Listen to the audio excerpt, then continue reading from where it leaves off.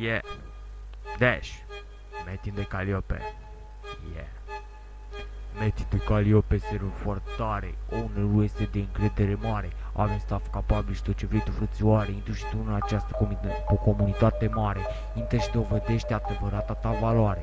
Serverul este încă în picioare.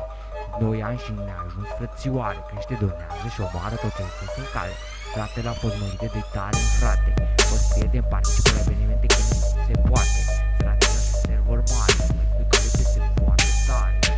Ownerul este de încredere mare. Nu s-a capabil să iubită frățioare. Intră în această comunitate mare. Intră și dovedește tot ce este adevărata ta valoare. Yeah.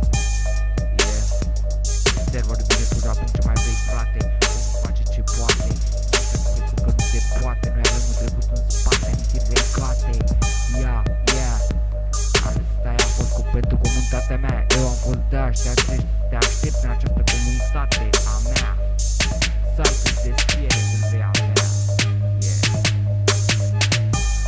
Dacă vrei să demonstrezi cel mai bun din românesc, intră pe Calliope și arată la toți, să știi că tot să pot.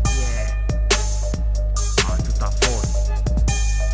Deci, Metin de Calliope.